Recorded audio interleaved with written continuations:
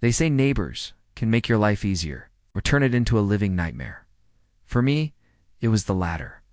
I moved into what I thought would be my dream home on a quiet street by the lake, a place where I could finally enjoy peace with my loyal golden retriever, Max. He wasn't just a dog, he was family. Everywhere I went, Max was by my side. He was gentle, playful, and loved by everyone. Everyone except one person. Karen, the self-proclaimed queen of our HOA, from the very first day. Karen made her presence known. She stormed across my driveway, clipboard in hand, and barked orders about everything from the color of my shutters to where Max was allowed to walk. She claimed the HOA had rules about pets, though when I asked her to show me, she never could. At first, I tried to brush it off. I figured she was just one of those busybodies who liked to feel important. But soon, things escalated. She would leave nasty notes on my porch. She screamed at Max for barking when kids ran by. And more than once, I caught her glaring at us with pure hatred in her eyes.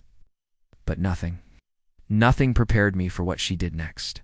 One Saturday morning, I woke up to find Max lying on the kitchen floor, shaking violently. His breathing was shallow, his eyes desperate for help. Rushed him to the vet, tears streaming down my face. The doctor took one look and said the words that shattered me. "He's been poisoned." My heart stopped. Poisoned? By who? The vet explained they had found traces of rat poison in Max's system, but we didn't keep any in the house.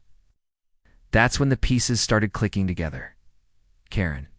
She had screamed at me just days before, threatening that if I didn't keep Max under control, she would take matters into her own hands. I felt sick, furious, but more than anything, I wanted justice. I went home and checked my yard. That's when I saw it. Small blue pellets scattered near Max's water bowl.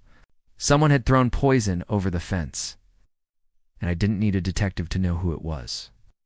But here's the thing. Instead of confronting her head-on, I decided to play it smart. I installed security cameras all around my property, hidden but powerful, and I waited.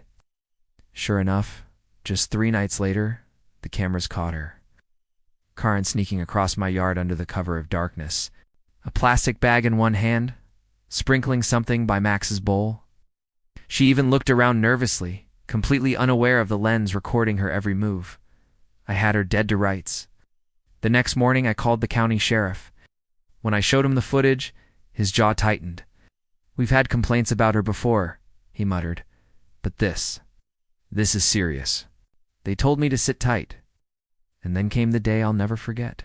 I was sitting on my porch, Max resting beside me after slowly recovering, when 2 sheriff's cruisers rolled into the neighborhood.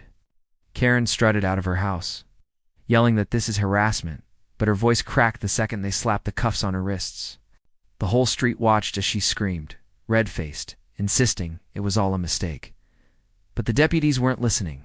They had the bag of poison. They had the security footage. And now, they had her. As she was shoved into the back of the squad car, I finally exhaled. For once, justice had won. The HOA tried to distance themselves, pretending Karen was just a rogue board member. But everyone knew the truth. They had enabled her, ignored her harassment, and let her run unchecked. And now, they were scrambling, terrified of the lawsuits that would surely follow. As for Max, he pulled through. A little weaker, a little older, but alive. And every time I look at him, wagging his tail despite everything, I'm reminded why I fought so hard. This wasn't just about a dog. It was about standing up to bullies, no matter how much power they think they have. And Karen, last I heard, she's facing felony charges.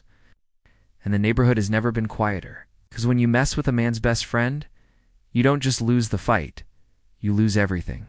Oh, tell me, if your neighbor tried to hurt your pet, what would you do? And if you believe justice should always win, make sure to like this video, subscribe for more stories, and share it so others know. Sometimes the villain doesn't win.